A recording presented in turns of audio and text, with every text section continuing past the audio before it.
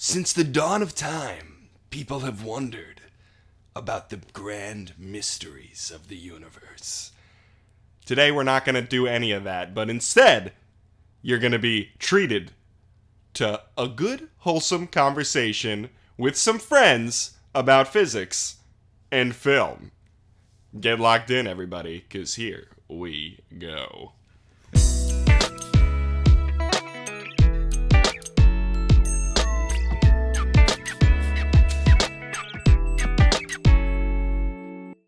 Hey everyone, and welcome to the third installment of the Friends Physics and Film podcast. I am your host, Brandon Hanna, and today I'm joined by a very special guest, my lifelong friend and software engineer, Mike Donohue.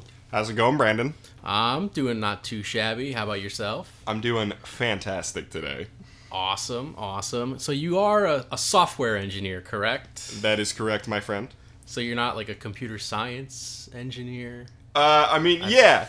So, computer science is a really weird term because you go to school for computer science and you learn about, the minutia and the nonsense and the actual quote-unquote computer science, about, how algorithms work and about how, efficient code is and that kind of stuff. And it's a really strange degree because you don't really actually learn about, software. You write some code, you make programs, but you don't really learn the tenets of software engineering. A lot of that shit you pick up by actually doing it and getting in the field. So it's interesting, but yeah, it's a weird label. All right, and so you went to UConn, right? I did. Yeah. The University of Connecticut. It's a mystical, wonderful place in the middle of a cornfield, and not even a cornfield, but a literal, in Connecticut, there's not much flat land, there's a lot of forest, except for this one town where it's just a big empty field with a bunch of cows, and they decided to plop a college there. It was originally agriculture school, so I guess that makes sense, but there's not a lot popping off, but it's a great school. I started off getting my degree in electrical engineering, actually, and I ended up graduating with both degrees, an electrical engineering degree and a computer science degree. And the reason I decided to pursue computer science as my career is because, at least, and this is probably different in the professional setting, but at least from an academic standpoint, electrical engineering is boring. It really is. Is it a lot of calculus and wiring diagrams? You literally hit the nail directly on the head. It's not even really a degree in it's more of a degree in applied physics in the terms of circuits and circuit design and that kind of stuff. But at least from an educational standpoint, and I kind of took a big issue with the way that it was taught at UConn, a lot of it is just calculus, like you said. Memorize this formula, know how to apply it, but we're not even going to ask you on the test what it means or what goal or what it could be used for. A lot of it's sort of plug and chug, and I really felt as I was graduating, I got good grades and everything, but I didn't really feel like I had a firm grasp on the material. And that was totally different for programming.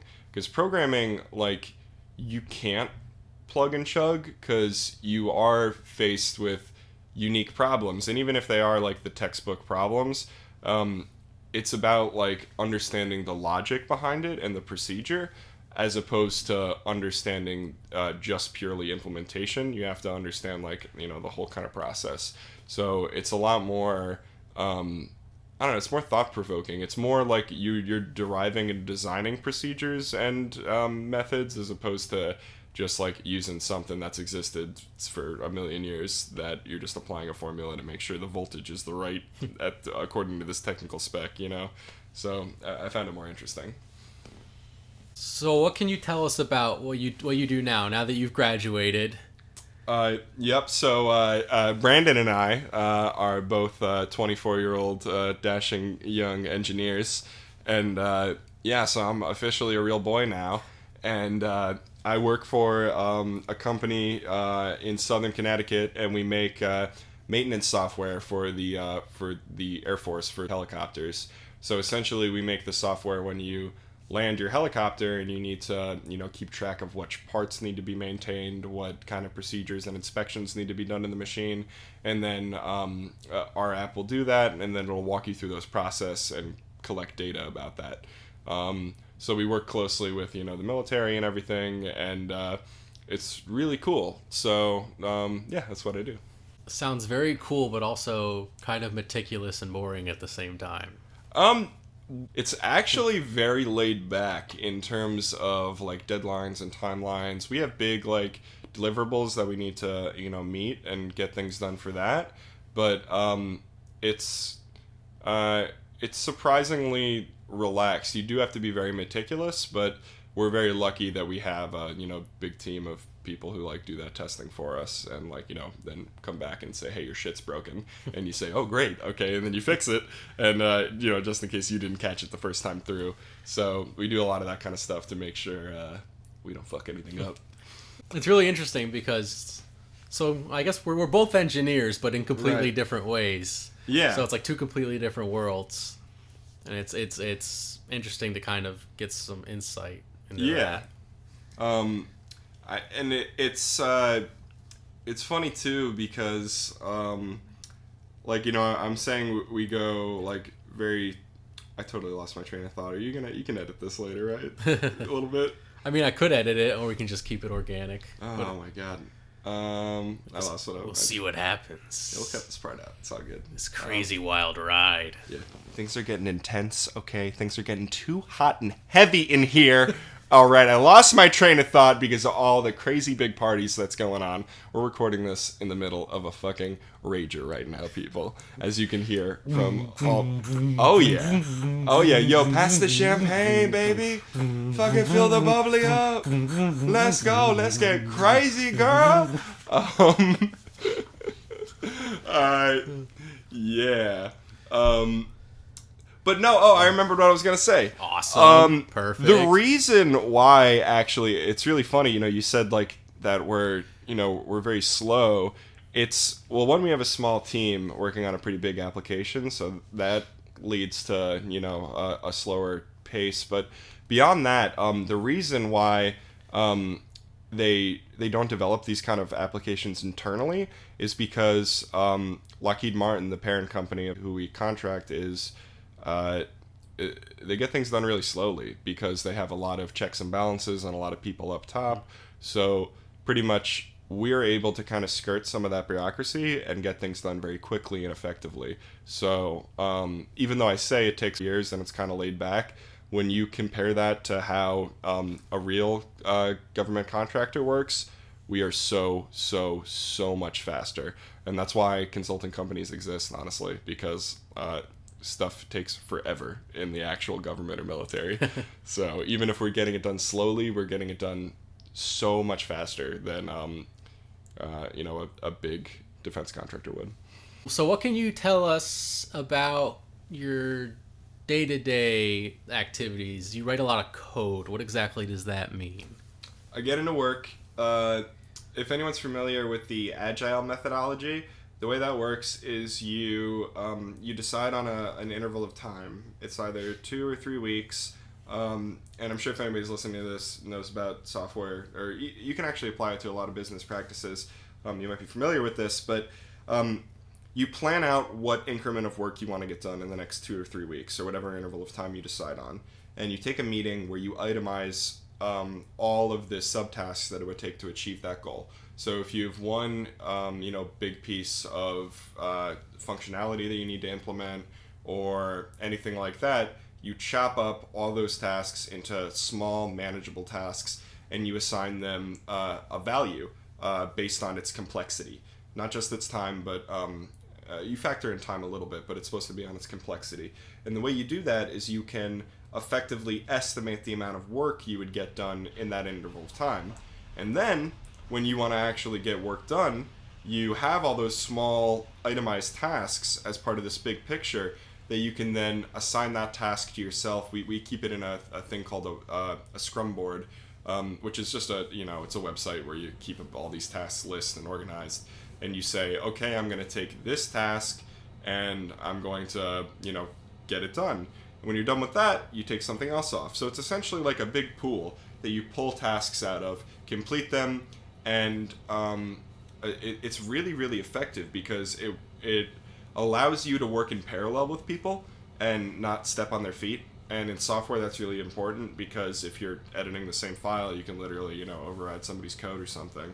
So it keeps everybody aware of what that person's working on at any one time, and it really makes, like, it's insane how much it increases efficiency, because we even break down every single piece of functionality in the application into these tasks. We get way more specific as we decide to pull it into a sprint. That's what the periods of time are called. But even if you finish everything in there, you still have this pool of tasks in the backlog, it's called. So you can pull that off. And, how that factors into your normal day is you get into work, you sit down, we have a daily meeting every day where we say what you did since yesterday and what you're planning on working on today to keep everyone in check. I have a team of around 8 people. And then you get to work. You sit and drink a bunch of coffee and you write code and you chill with headphones on, writing music. And it's just a really nice, organized way to do things because it really mitigates time lost. Because, and the way it works, too, is as issues arrive, you just send out a meeting invite to everybody and you see when they're available and everybody's down to have a meeting, and you can work through design issues or implementation issues or how to structure the data or anything like that. And it really, really accelerates things, especially software, where a lot of stuff, especially with these big government contractors, can get caught up in the, in the planning, and nobody's actually writing the code, So this just makes sure that you're constantly ahead of the work and you constantly have something to work on until it's done. So it's good. Sounds really efficient. Oh, yeah. I like it. Oh, you know how it is. We're speedy, baby. I wish my work did that. You should, yeah. I mean, so the old way is called waterfall, right? Yeah. And what is about is instead of planning and breaking up, and this probably wouldn't work for big engineering systems. Mm-hmm. It works well for software. You kind of come up with the big bullet points in advance, and you don't design the specifics of each individual component until you work on it. The idea of an agile workflow and Scrum is you're supposed to be able to deliver something at the end of every sprint. So even if the client decided they were going to pull all their resources today, they would still have something of value from that last sprint. And the difference between that and waterfall, or like a classic design where you do all your planning up front, you do all your engineering in the middle, and then you do all your testing at the end, is it's incremental, and you're always delivering something to the client. So it would be like, if you're designing a rocket, you're only going to work on the thrusters or the fuel line, and you're not moving on to that next component until you finish that last thing. So even if your client decided, we're not finishing this rocket, they'd still have those thrusters, I mean that's not a great analogy, but it's about always shipping an incremental addition to the application or the project. It goes, it's good. Very interesting. So computer science seems to be, a pretty popular major that a lot of kids are going into out of high school. What would you say to anyone that might have an interest in computer science and is thinking about picking that as a major or a career? Any advice or anything? Maybe they don't quite understand what it is. Right.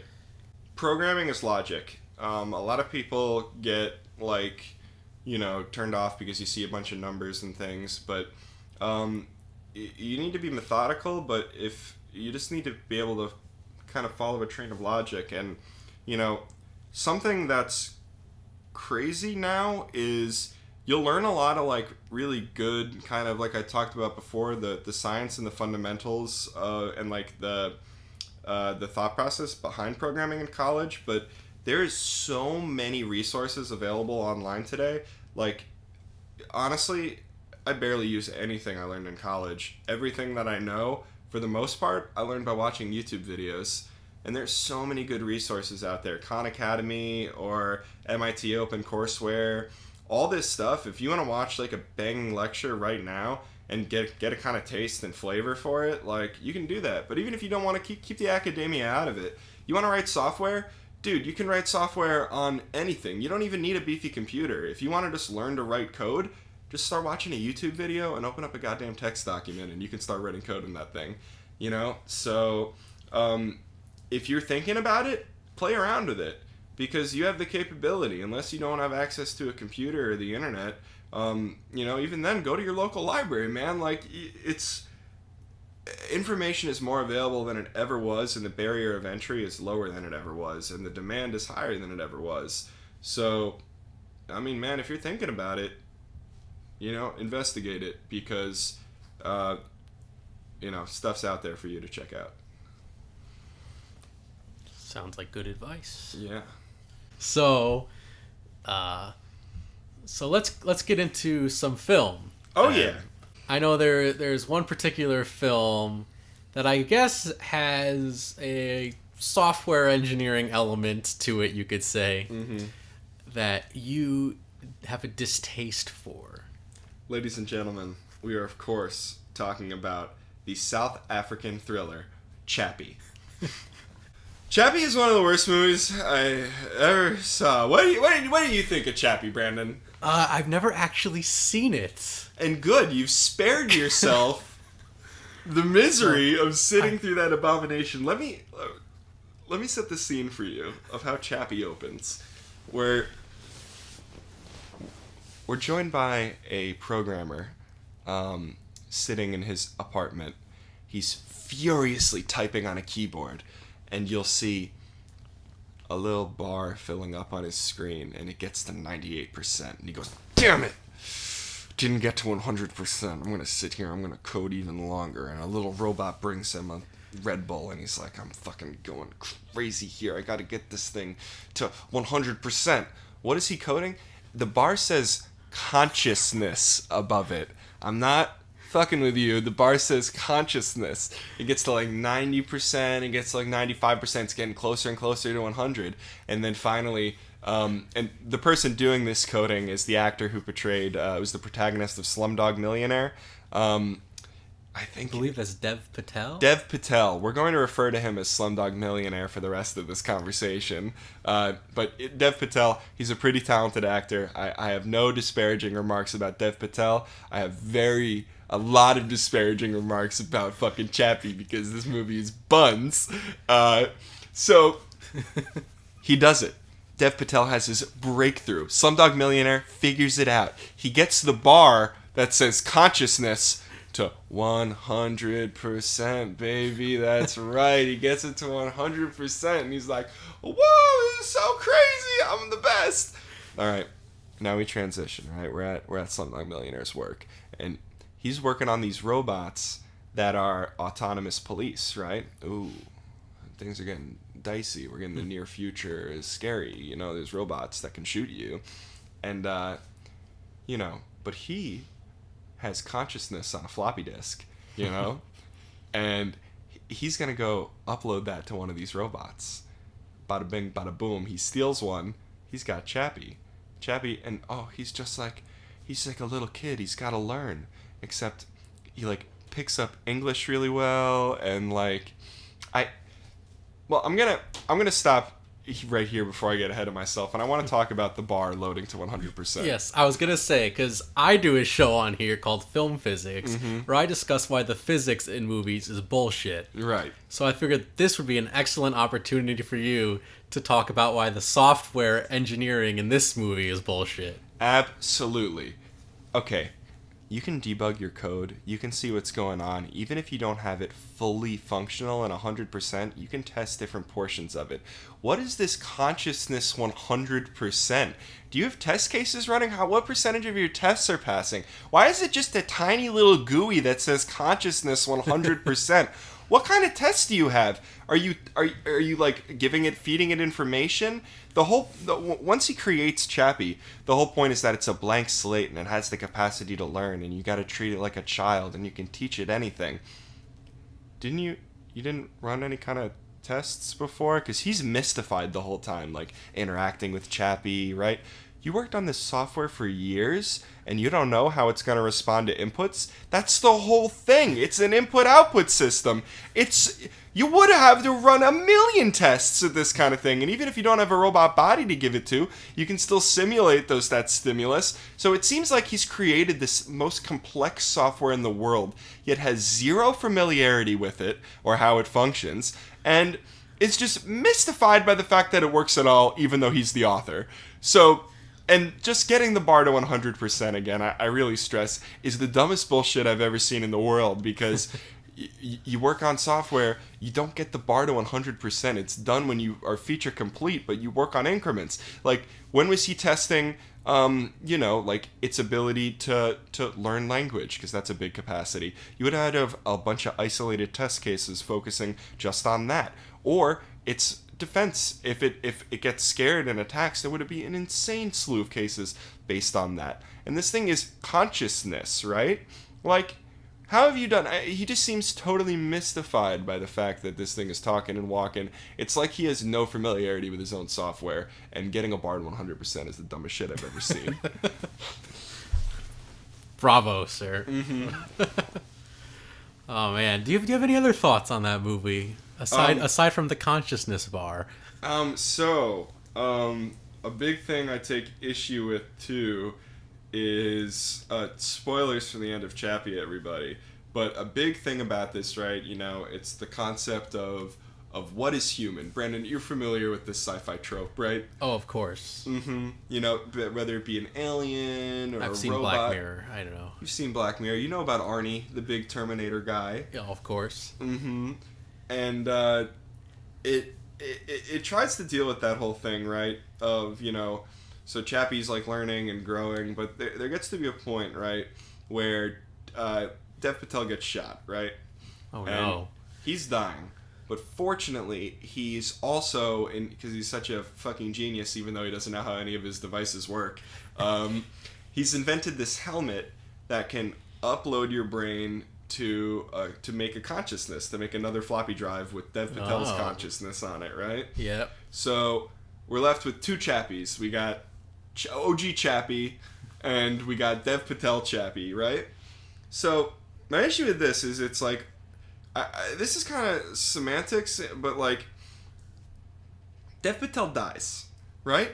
What's it fucking matter if there's an exact copy of him that walks and talks and it can still think like Dev Patel? Mm-hmm. Dev Patel is dead. Slumdog Millionaire is dead. He's made a very accurate simulation, and you as the viewer are supposed to be like, oh, it's so great, he's alive, but he's a robot now. That's not how it fucking works. He's dead. He is DEAD, dead in the ground, and he's just happened to make a, like, very good simulation. So that's actually something that a lot of people talk about, where they're like, oh, if I could just upload my brain to a computer, I could live forever. What are your thoughts on that? Yeah, so I haven't seen the movie, but I'm very familiar with the concept, and I have the exact same thoughts as you, where I've always thought, if you were to upload your consciousness to a computer, what you would really be doing is creating an exact copy of your consciousness, but you wouldn't be uploading the actual consciousness onto a computer, because, essentially, I don't really know all that much about anatomy or computers, but to me, your brain is a computer with electrical signals and chemical signals, and it's essentially just an organic meat sack of ones and zeros. Exactly. And you can create a copy of that, but the version of it that's you dies with your body. Absolutely, right? If they stuck Dev Patel's brain inside this robot, okay, he's still alive, kinda, sorta, but he's got a robot body. But no, he puts a helmet on and they upload his ones and zeros of the electrical impulses. But you as the viewer are supposed to be like, oh great, he's still alive. He's fucking dead. And I just, that alone just made me angry. And I haven't even talked about the fact that a big character in this movie is Die Antwoord and Yolandi, which are South African rappers who teach Chappie how to be a gangster and rob cars. We're going to try and focus on the scientific part of it, but that's fucking stupid too. But But yeah, like, also Yolandi gets shot, and she has her brain uploaded into a robot as well. Because just, I don't know. And also Wolverine is the guy who's shooting them the whole time. And I'm like, he's too nice to be doing that. Don't you lie to me. Hugh Grant would never do that. Hugh Jackman. Oh, Hugh Grant wouldn't do it either, but he's too funny and British. Neither one of them would do it. Yeah. So have you watched the newest season of Black Mirror? I've only seen the Star Trek episode or the Perfect. The USS Callister. Yes. So that episode does this concept very well because it actually it deals with the transference of consciousness. I mean, he does it through DNA. It's a little hand wavy, but if you suspend your disbelief on that. You suspend your disbelief on that, and what this character in the episode does, not to, I guess, give too much away, right? But consciousness ends up getting uploaded into a computer simulation, and it's an exact copy of the real person's consciousness up to that moment. So the simulation and the software thinks that it's the actual person, which makes sense. And I think this concept has been done a few other times on other episodes of Black Mirror and done really well. So that's good to see. Yeah, I like that too because, you know, I think like even, you know, just talking to some friends who's like, yo, if I could upload my brain to a computer, I'd do it in a second. Don't fucking do that because you will die. And like, you know, it's just it's so silly because what is it, you know, just in my opinion, what does it matter if there's an exact copy of you? You're dead, you know. Well, that posed I guess it does pose some pretty interesting philosophical questions, which is what science fiction is always meant to do. Right. Because I guess I'm gonna spoil the USS Callister now. Okay. So. Everybody, spoiler alert. Spoiler alert, if you have not seen this episode of Black Mirror, you have been warned. But these simulations, they understand that they're not the original people. They understand that they're just ones and zeros in cyberspace. But at the same time, they still have human memories. Right. And there's a part in the episode where the main guy who is running this simulation, you know, he goes in and out of it. He brings in a copy of one of the character's sons into the game and launches him into outer space and kills him. And it just, I guess it brings up these like moral questions where the simulation thinks that it's human. So the simulation of the kid thinks that he's the kid and he's dying in outer space. And the simulation of the dad, he's seeing his son, even though it's not his real son, nor is he the real dad. Right. But they still have these emotions. What are your thoughts on all that? So, I mean, my idea is, right, that would matter. And that life would be life and would be intelligent, and you should give it reference if we ever did create sentient AI. But I think that the big distinction that people do get mixed up on is that distinction between the original and the copy. Now, would it be cruel? Would that be torture? Absolutely. Would that be unethical? Absolutely. I think that, you know, if we ever did get to that point where we could accurately simulate consciousness, like, it'd be such a big can of worms, I wouldn't know what to do. But, yeah, I think that would be a real person, essentially, you know? But if you were that copy in that computer and you got shot right here today, Brandon Hanna would still be dead. Now, we could still utilize Brandon Hanna's knowledge and his assets, and people could still, you know, fill the emotional void of losing Brandon Hanna by talking to this, but you'd have to acknowledge that Brandon Hanna is dead, you know? And there's a couple other pieces of fiction that deal with this. Have you ever heard of the game Soma? Soma. I think you might have briefly mentioned it once. Yeah, I think we talk about this kind of hand-wavy stuff a lot, me and Brandon. Nerds. Yeah, but it's a game that and hey, spoiler alert, guys, I'm gonna tell you the plot of Soma right now, or at least we're gonna discuss it. It deals with the game opens up, and it's a really narrative game, so the story is what's really important about it. But you're a guy in the near future with terminal cancer. And there's a treatment where that you only know that the first step of it is they're going to scan your brain. So you lie down in this machine, they scan your brain, you wake up on a space station like and you have no idea what the fuck's going on. Long story short, they figure out that programming AI is hard, and what's easy to do is to make a digital copy of a mind and then to strip away some of its, memories or features to get it to do a task.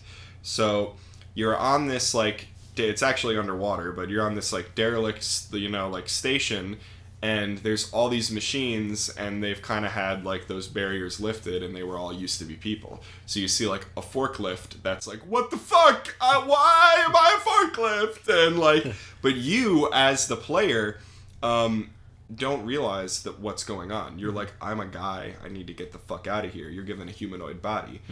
So you're seeing all this shit going on, and you don't really understand what's happening. And you even visualize your hands as hands until he gets his arm chopped off, and he's fine. And he's like, oh, and realizes that they just made a scan of him, and the real him died, a couple hundred years ago. And it really deals with an interesting concept too of that, like, making a copy, because after the arm is broken, like, you're like, the robot's gonna die, right? It's damaged beyond repair. So you know that there's empty shells that don't have minds on them yet. So you say, like, if I can get to one of those shells, I can transfer myself to that one, and I can continue to live, just like my original body did to this one. And you go, you transfer yourself to that other body, and the player perspective shifts to the second body. And you're looking at your old self, the robot one, and looking at your new self, and the old one goes, what the fuck, it didn't work! Again, you can make a copy, but you can't attain immortality. So you've made a copy of yourself into the functional body, and then you as the player in the new body have to choose, do I kill my old self so it doesn't suffer, which was me 2 seconds ago, or do I just sort of let him bleed out? And, and it's a really cool moment that kind of, encapsulates that idea of, copying a mind. It's really interesting. Yeah, that really reminds me of the movie The Prestige. Yes, yeah. So, spoilers for The Prestige if you haven't seen it. Guys, we're so sorry. Yeah, I mean, listen, it came out a long time ago. You've had your chance. And are you really gonna miss Batman Be a Magician? Are you joking me? Get in there. And Wolverine. Come on. And David Bowie. He's Nikola Tesla. Scarlett Johansson. Yeah, this movie's fantastic. All right, Rebecca Hall. if you haven't seen it already, you turn this goddamn Andy podcast Serkis. off. You go watch The Prestige right now. You fucking hear me? All right, and then you circle back, and then you watch every video on this goddamn channel. Okay. From start to finish. Seven times. Minimum. But anyways, let's talk about The Prestige. So Nikola Tesla makes this machine to, it was initially supposed to teleport Hugh Jackman from one place to another. Right. But it doesn't quite work out that way. What actually happens is it ends up cloning him or creating a copy of himself. And so when he first tests out the machine, the machine goes off, and there's still a Hugh Jackman standing in the spot that he was when he turned the machine on, but now there's also another Hugh Jackman, like 20 feet away across the room. Right. And it gets really interesting because you really don't know which one is the original Hugh Jackman. And at that point, does it even matter? Does it even matter? Because they're identical. Right. It's an identical copy. So it's like it's I don't know, you could just wrap your head around this for days. Right. But then I think one of them has a gun near him. He picks it up and he shoots the other one. So he eventually decides to have his own show where he teleports up into the balcony of the theater. But then the version that is still in the teleporter gets dropped down a hatch and ends up in a big tank of water, and he drowns to death. Now, I always figured that the original is the one that drops down into the tank, and the copy is the one that ends up in the balcony. Right. But like you said, does it matter? And it doesn't. And that really kind of ties into the whole thing that we're making about the AI, and even back to the talking about the Callister. Because if you could make an exact copy of somebody, whether it's digital, biological, or computerized, that's still a fucking person, right? Yeah. Well, the really interesting thing about this example is that it's a biological copy. Exactly, yeah. So you never. It's crazy because if you could hypothetically do this after you used the machine to copy yourself, you would have no idea whether or not you were the original or the copy. Yeah. Because the copy would have all of the same memories up until that moment. Yeah. Because like you're talking about, a brain is just a biological computer. So if you can replicate that, there you go. You've just Control-C, Control-V on a person. Yeah. So. and it's, I guess, there's a line that Hugh Jackman says in the movie about how he would have to do that every night, and he would never know whether or not he would be the guy that ends up in the balcony or the guy that ends up in the box. So I always thought that was really interesting, and that video game kind of tells the same story perfectly. It really does. Where he clones himself, and it's like, it didn't work. What the hell? Or transfers his consciousness, however you want to describe it. Yeah. But it's kind of the same thing, So, yeah. This totally leads me to another point, but yeah, I totally think that the Terminator movies were a pretty accurate description of what's going to go down. Because let's say, right, we do make these perfect AI copies of ourselves. They're, like, able to think. They're able to feel. And they're like, yo, these motherfuckers are fucking with us hard. They're trying to kill us, and they're trying to control us, and they're trying to extort us. If you could make a consciousness, and then if you could make it networked so it could exist across computers, so you couldn't just delete it from one space, it would replicate itself and function as a hive mind. Like, why would you keep those humans around? They seem a little, I don't know. What do you think? The robot apocalypse is a possibility, Brandon? Oh, I don't know. If it's like Terminator 3 and the computer software that has gained self-awareness is able to hack into the nuclear launch codes and just send off all the nukes, it's a possibility, I think. But I mean, I'm not even talking about like, well, I mean, that would make a lot of sense, but like, let's just say, right, like, let's think of it as like a computer virus, right?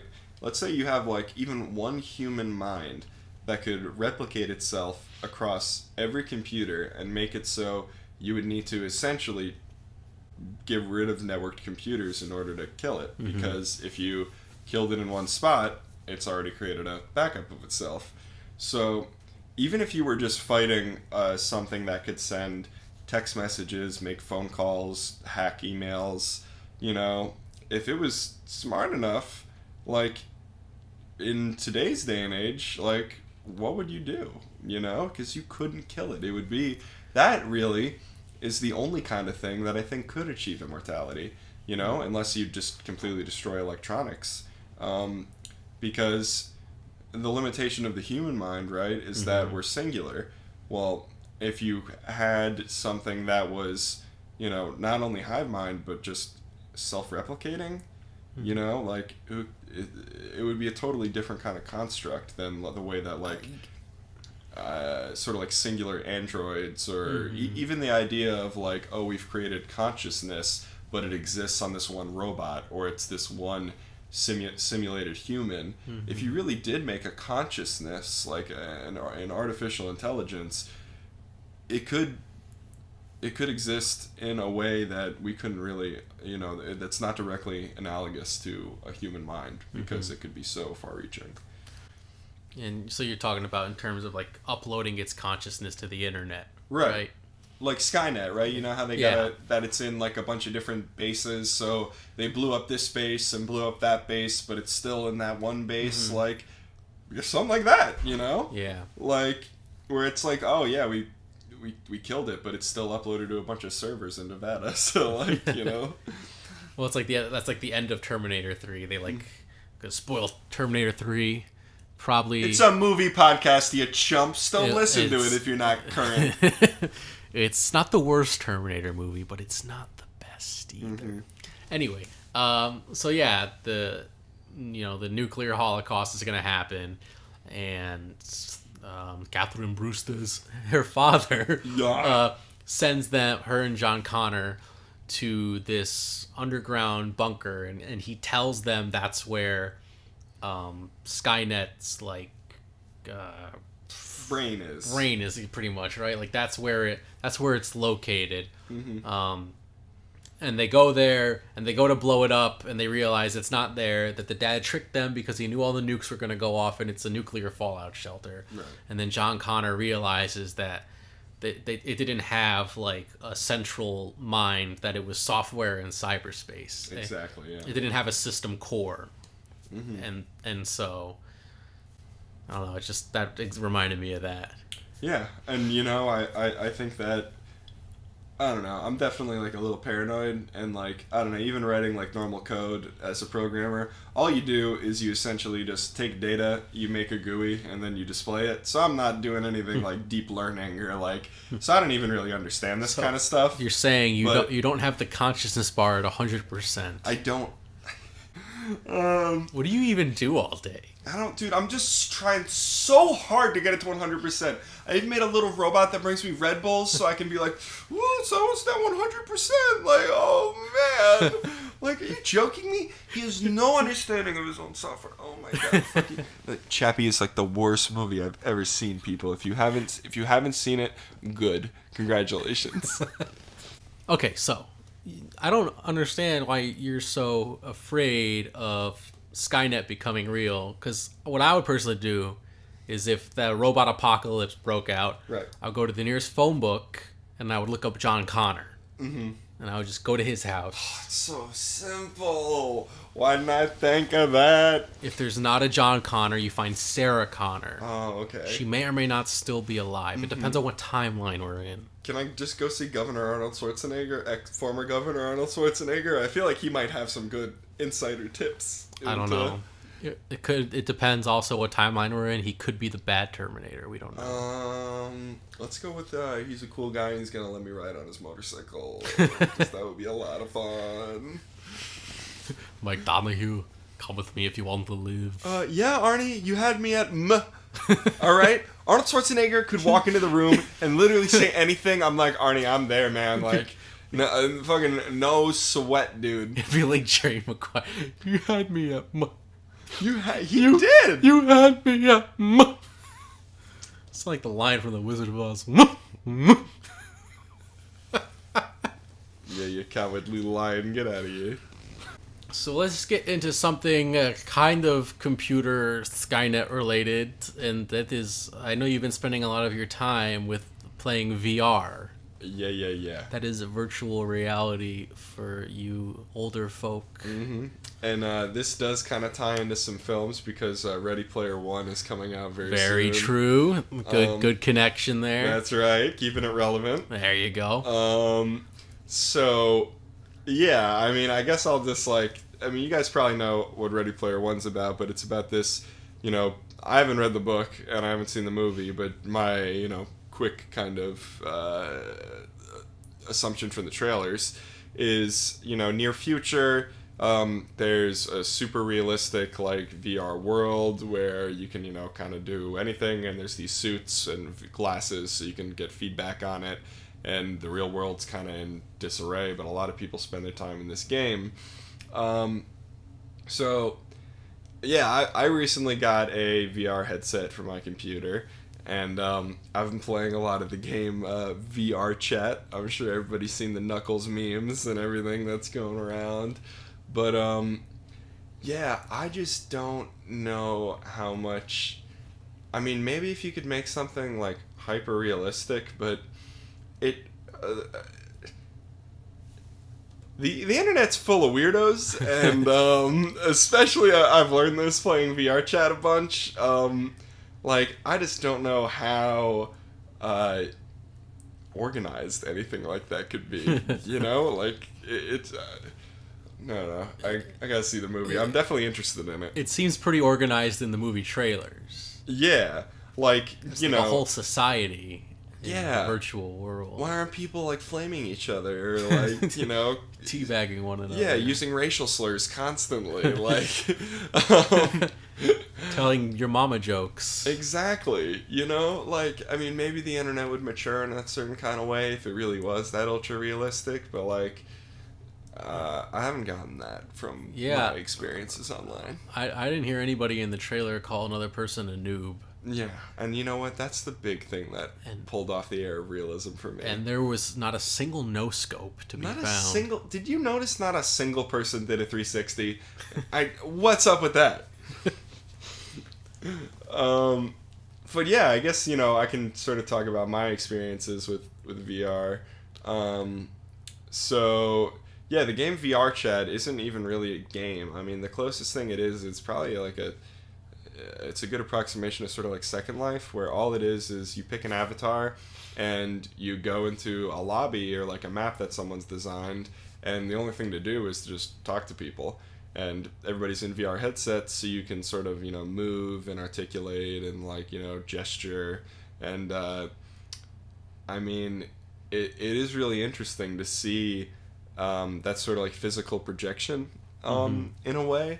And it really does kind of make it seem like those people are in the room with you. Like, and you have like very weird real reactions and interactions with these people. What I like to do in the game though is, you know, you got to make your own fun with these kind of things when there is no gameplay objective. So sometimes I like to dress up as, I just do bits, right? Of course. Yeah. Brandon and I have been doing bits our whole lives. And this is a great avenue for this. And this is, you know, in Ready Player One, everyone seems to be taking it, like, pretty seriously. Again, haven't seen the movie, you know, I'm sure that there could be some people in there just to have some lighthearted fun, but, you know, what I like to do is I like to... Here, wait, Brandon, we're going to do a little sketch here. Right? Okay. Awesome. I want you to be a discerning person... who, you know, is maybe thinking about making some big deals in the future. Some maybe investing. I'm gonna be your financial advisor. So you're gonna come to me for some help with your money, and I'm gonna talk to you. This is what I do to strangers in VR chat all the time. It is very fun. Okay. Excuse me, sir. Hello. I noticed that you have some fat pockets. What are you gonna do with all that coin? I don't know. I was thinking of, you know, maybe buying up some land, or maybe... Get the fuck out of here, alright? You're a guy who has no idea what to do with his finances. Are you joking me? Alright, because we're about making big deals, big steals, and you know what? When you get that paycheck, big feels, alright? Because you sign on the dotted line right here, and I'm going to put your money to work, okay? Do you understand me? We're going to turn your money into money. Your wallet's going to need a wallet. That's all I'm telling you, alright? You sign on the dotted line. And at this point, usually the person who I'm harassing in VR will either get confused or play along. And it's very fun when they play along. Yeah, and we do a lot of different bits where we just harass strangers. One is centered around doing a mildly offensive African accent and harassing people to invest in our new Kickstarter movie Bugs Life 3, and that's definitely that's gold. I love that bit. It's Brandon has watched live as myself and my buddy harass strangers in VR, which is extra fun because you get to see how ridiculous the person looks in real life on top of their stupid characters. So what kind of weirdos have you come across in your endeavors? Yeah. So you'll bump into a group of like 6 adult men all dressed up as little anime girls. And, you know, usually I like to tell them to get a job. That's my favorite thing to do. It's really funny. Or, you know, like, they'll just be, like, people doing, like, I don't know, like, weird, like, sex kind of stuff. And you're like, what the fuck are you doing? Like, or but you also do meet a bunch of other people who are there to, just kind of riff and have fun. But, like, yeah, you'll bump into the asshole who's throwing around racial slurs or the 10-year-old who needs to shut his goddamn mouth. But, like, you'll also, I one time ran into Dr. Eggman from Sonic, who was pretending to be the owner of this amusement park and was, like, taking me on, like, a Willy Wonka-esque journey of his, like, magical amusement park. And, like, being, like, I would go on these rides in VR and every time be like, how did you enjoy the ride? And I'm like, this guy is selling it. I love it, That sounds amazing. Yeah, it's really funny. So, maybe I'm coming around on this whole VR thing, because maybe in Ready Player One, everybody's bought into the bit, and the guys who are flaming people are, maybe all the weird anime girls are on their own server, and, he's hanging out in the Oasis trying to get all his points or whatever it is to win the game, and everybody else is in there for the bit, like, you just need people to commit, and then it's fun. That should be a t-shirt. I'm in here for the bit. I do it for the bit. I'm always doing it for the bit, ladies and gentlemen. What was your, why don't you tell the viewers about your brief time in VR chat? Oh yeah, so Mike let me use his VR headset, and I went into this one chat room, and this one person was dressed up as Kylo Ren, and they just kept coming up to me and handing me their lightsaber. Spoilers for The Force Awakens. If you haven't seen it already, shame on you. Big spoilers. So, just like in the movie, he hands me his lightsaber, and then, of course, I'm like, I know where he's going with this. So, I'm going to play along. So, I reach out to grab the lightsaber, and then he turns it and ignites it and kills me.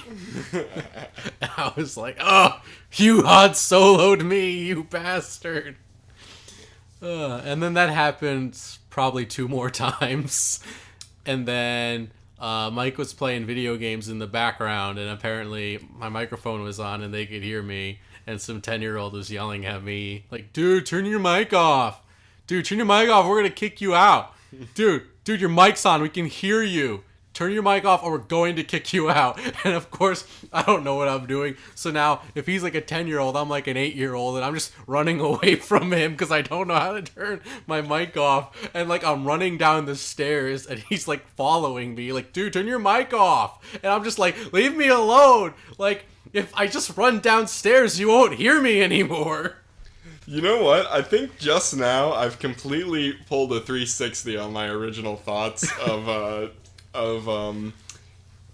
Ready Player One, because we've just described very real and genuine experiences we've had in this very, like, basic primal form of VR. So if you really could simulate real life, like, yeah, people would probably be really into it.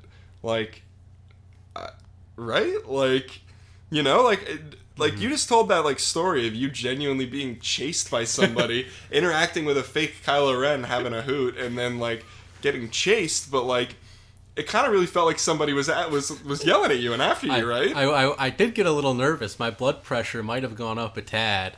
I was genuinely trying to run away. Yeah. So, dang, I feel like I've completely just pulled a 360 on that, because, I have had a lot of really kind of real and fun, genuine experiences with random people I've met on that. I've had a couple negative ones too, but like, there's plenty of nice people there just to, like, hang out and goof around. And, like, yeah, it is pretty kind of cool how, like, weird and real those experiences can feel. It did feel real in a weird way, because I was like in this like building that had like multiple floors, and I'm just trying to run down to the bottom floor where there's no people, so they can't hear me anymore. I'm just trying to get away from them, and then this one guy's following me. I'm like, dude, if you just stay there, you won't hear me anymore. Also, he had the power to mute you at any point. You can mute individual players, so he's, I don't know. Can you even kick people out, or was he just talking up a big game? He was shitting you that you cannot kick anyone out. All the servers are public, so if you want to host a private server, you need a password, and you definitely weren't on a private server, so... Maybe that's, like, new slang term for muting somebody, is kicking them out. Yeah. Or he was just a ding-dong. It's more than likely true, yes. Or 10. That is the only thing that is a little weird about that kind of thing is like, sometimes you'll be like goofing around and you'll be like, oh, I think that person next to me is like literally an 8-year-old kid. And you're like, oh, I probably shouldn't be like cursing or like, making jerk off motions with my VR headset to like screw with people because this might genuinely be a child. And then it's weird, if we do have things like that. And, maybe that's what it's like being a parent and having a kid that's on the internet, where it's just like, because I don't know, my dad instincts would kick in whenever I see like really little kids. I'm like, yo, kid, get the fuck out of here. This is not appropriate. This is not age appropriate. Like, you are not going to be making big deals. You're not making big deals, big steals. I can't tell you to get the fuck out of here because you're 10 years old and I don't want to say that to a child, but like, when you have that, mask of anonymity behind, a virtual avatar, it is, dude, yeah, your like real self is kind of obstructed in a weird way. And like that kind of speaks to, I talked about the weirdos who all dress up like anime girls. Some of them even get voice changers too. So, like they'll have a voice changer, so they'll sound like a squeaky voiced girl. And you'll be like, I know you're a 40-year-old man who's jerking off to this right now, like, but that's so weird. Yeah, and like I read some guy's story online where he was like fucking with a guy in VR chat, and he thought it was like an adult guy using a voice changer, and it actually ended up being a little girl, and like the kid's mom got on the mic, and he was like apologized because he was like like making jerk off motions at him and telling him to get the fuck out of here, and he was like, I had to like sit for like a day and just like think about that because I like thought that was just another weirdo and it actually was a little girl. And it's like, what the fuck are you doing letting your kids play VR chat at like that young age, even because the person had a headset too, so you're like, I don't know, I think being a parent in where like you can just talk to so many people so easily online these days is pretty, I don't know, like I'm kind of changing the subject here, but like it's definitely kind of freaky, Yeah, strangers can make jerk off motions at your child in VR. So yeah, it is. Like if I had a kid, which, oh God help me if I did, but if I had a kid, God no, I would not let them go anywhere near anything like that. No, yeah. I don't know. It's kind of crazy. Like, Dad, can I get Xbox Live? I'd be like, no, this is a PlayStation household. This is a PlayStation household. Get free games with Plus. Don't worry, Xbox will go the way of the dinosaur by then. They got no exclusives, son. They're out of here. I don't know. I've just always been a PlayStation guy my whole life, so I just stick with it. But my brother, who's really into games, says it's better than the Xbox One. So come at me. It is. They have a more extensive library, everybody. Microsoft is bad at getting exclusives besides PlayerUnknown's Battlegrounds. So, oh, is that on Xbox? It is on Xbox. Cool. It runs terribly because that game is really hardware intensive and it can run well on computers, but it like they're squeaking it out of the Xbox. It like goes down to like 10 frames a second sometimes. Yeah, I'm not a huge gamer myself. I mostly just make mediocre YouTube videos and watch movies and then write mediocre reviews of them on my blog. Hey, this boy's being modest. Shut the fuck up. Stop saying mediocre when you're producing grade A quality content like this. Alright, you should all be lucky that you're listening to this without having to sign a big contract or a big deal. Because this audio is worth at least what do you think? Like $100,000, $200,000 at the minimum per listen? Oh, obviously. Right, because we're cutting big deals that goes without here. saying. Yeah, now all of you, I hope you realized by listening to this podcast, you've made a auditory agreement, you've signed on the dotted line, and you're now in debt to Brandon Hanna for $100 million each. So get roasted, read the fine print next time, suckers. But you can trade that debt away if you just subscribe to the channel. It's so simple, you dummies. You subscribe to the channel, that's gone. It's just a click away. One click away. I think we pretty much covered everything. What do you think? I think we talked about some me. We talked about some you. We talked about some film. We talked about some physics. Really more computer science, but it falls under the science umbrella. Listen, it's just, it's like even though physics starts with a PH, it makes an F sound. That's right. So I had to keep with the 3 Fs. If I said like Friends, Science, and Film, who would listen to that garbage? Yeah. All right, but you're not. You're listening to a triple P, #1 podcast, and you're getting quality tent. This is good content. You're listening to the #1 rated podcast on my YouTube channel. That's right. It gets 1 gold star. Are you joking me? I gave it 80 gold stars. Awesome. Out of 40. Oh my god. Yeah. You're swimming in gold. So much gold. Well, this has been a lot of fun. Thank you very much for coming on. Brandon, thank you for having me. Do you have... you're not that big into social media, right? I have absolutely nothing to promote. Because this is where I would have you plug your Twitter and or Instagram accounts. Nothing to promote. Adopt a dog from a kill shelter. There you go. That's what I got for you. And I think we should end on that very positive message. I have been, once again, your host, Brandon Hanna. This has been Brandon Hanna with Mike Donohue. And thank you very much for listening to the Friends, Physics, and Film podcast. Thank you.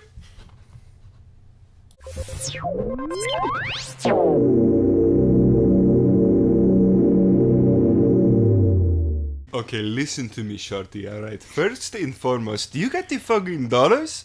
Do you got the capital to really step up and make an investment that will change your life forever? If the answer is yes, hop aboard. You can think about walking down the red carpet with me. You can entertain the idea, okay?